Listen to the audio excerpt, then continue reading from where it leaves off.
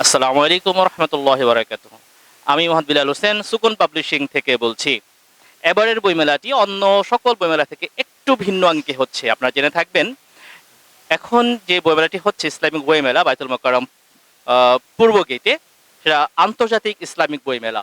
এই বইমেলাতে বাংলাদেশের স্বনামধন্য কিছু ইসলামিক প্রকাশনীর সাথে সাথে আমাদের সাথে যুক্ত হয়েছেন কিছু আন্তর্জাতিক ইসলামিক প্রকাশনা, যেটা আমাদের এই বইমেলার সৌন্দর্য বহুগুণে বৃদ্ধি করেছে। এই বইমেলাটি এবার একটু দীর্ঘ পরিসর হচ্ছে। এই বইমেলাটি আপনার পূর্ব গেট থেকে শুরু করে একদম নিচে যে লম্বা রাস্তা দৈনিক বাংলা পর্যন্ত বিস্তৃত। এখানে আপনি স্বনামধন্য একই সাথে অনেকগুলি ইসলামী প্রকাশনী পেয়ে যাচ্ছেন একই সাথে, এবং এখানে এসে আপনারা বইগুলো নেড়েচেড়ে দেখে শুনে কিনতে পারবেন। সত্যি কথা, বইমেলা কেন? বইমেলা হচ্ছে লেখক, পাঠক, প্রকাশকদের মিলন মেলা। এখানে এসে আপনারা একই সাথে লেখক, পাঠক, অনুবাদক, প্রকাশকদের সাথে যেরকম দেখা করতে পারবেন, মত বিনিময় করতে পারবেন এবং দেখে শুনে বই কিনতে পারবেন।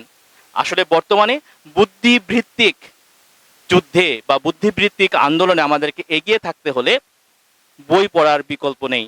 আমাদেরকে অবশ্যই বই পড়তে হবে এবং জ্ঞান অর্জন করতে হবে, যদি আমরা বুদ্ধিবৃত্তিক আন্দোলনে নিজেদেরকে এগিয়ে রাখতে চাই। যাই হোক, আপনাদেরকে সুকুন পাবলিশিং থেকে প্রকাশিত কিছু উপকারী বই, কিছু আলোকিত বই নিয়ে আমি কিছু কথা বলতে চাই।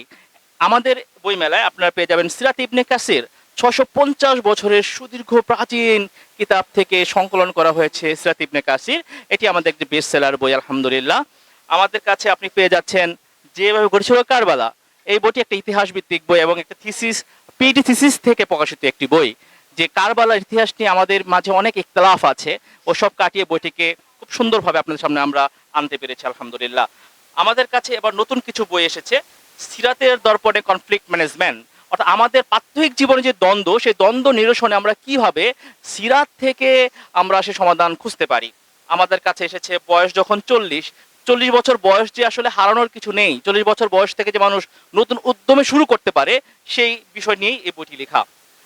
বর্তমানে আমরা সবচেয়ে যে সমস্যাটাই আছে হচ্ছে আমাদের ঘরের সমস্যা। বিশেষ করে আমাদের এখন রুকিয়ার যে প্রবলেমটা বেড়ে গিয়েছে, জিনের প্রবলেম, জাদুর প্রবলেম, বদনজরের সমস্যা, এই সমস্যা থেকে দূরীকরণের জন্য ঘর নিরাপদ রাখার আমলে এই বইটি আপনার ঘরে অবশ্যই রাখা উচিত। দোয়া, যেটা মুমিনের হাতিয়ার, মুমিনের অস্ত্র, সেই দোয়ার কবুলের কিছু আশ্চর্য গল্প নিয়ে বইটি সাজানো হয়েছে।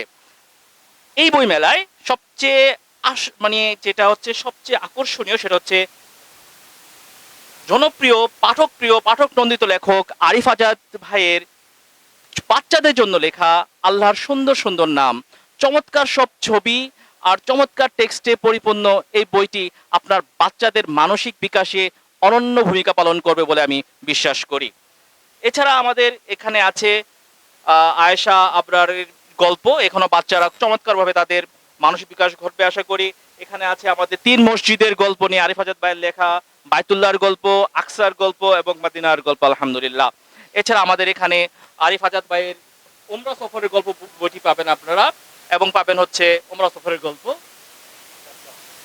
এটি খুব চমৎকার একটি বই। তারপরে আছে হচ্ছে তার প্রথম কাব্যগ্রন্থ, আরিফ আজাদ ভাইয়ের প্রথম কাব্যগ্রন্থ কথা বলো জায়তুন বৃক্ষ। এছাড়াও আমাদের এখানে আরো উপকারী এবং আলোকিত বই দিয়ে সাজানো হয়েছে। আপনাদের অপেক্ষায় আছি আমরা। সবাইকে বইমেলায় স্বাগতম। আসুন, বই দেখুন, বই পড়ুন, একটি উন্নত জাতি নির্মাণে এগিয়ে আসুন। আসসালামু আলাইকুম রহমতুল্লাহ।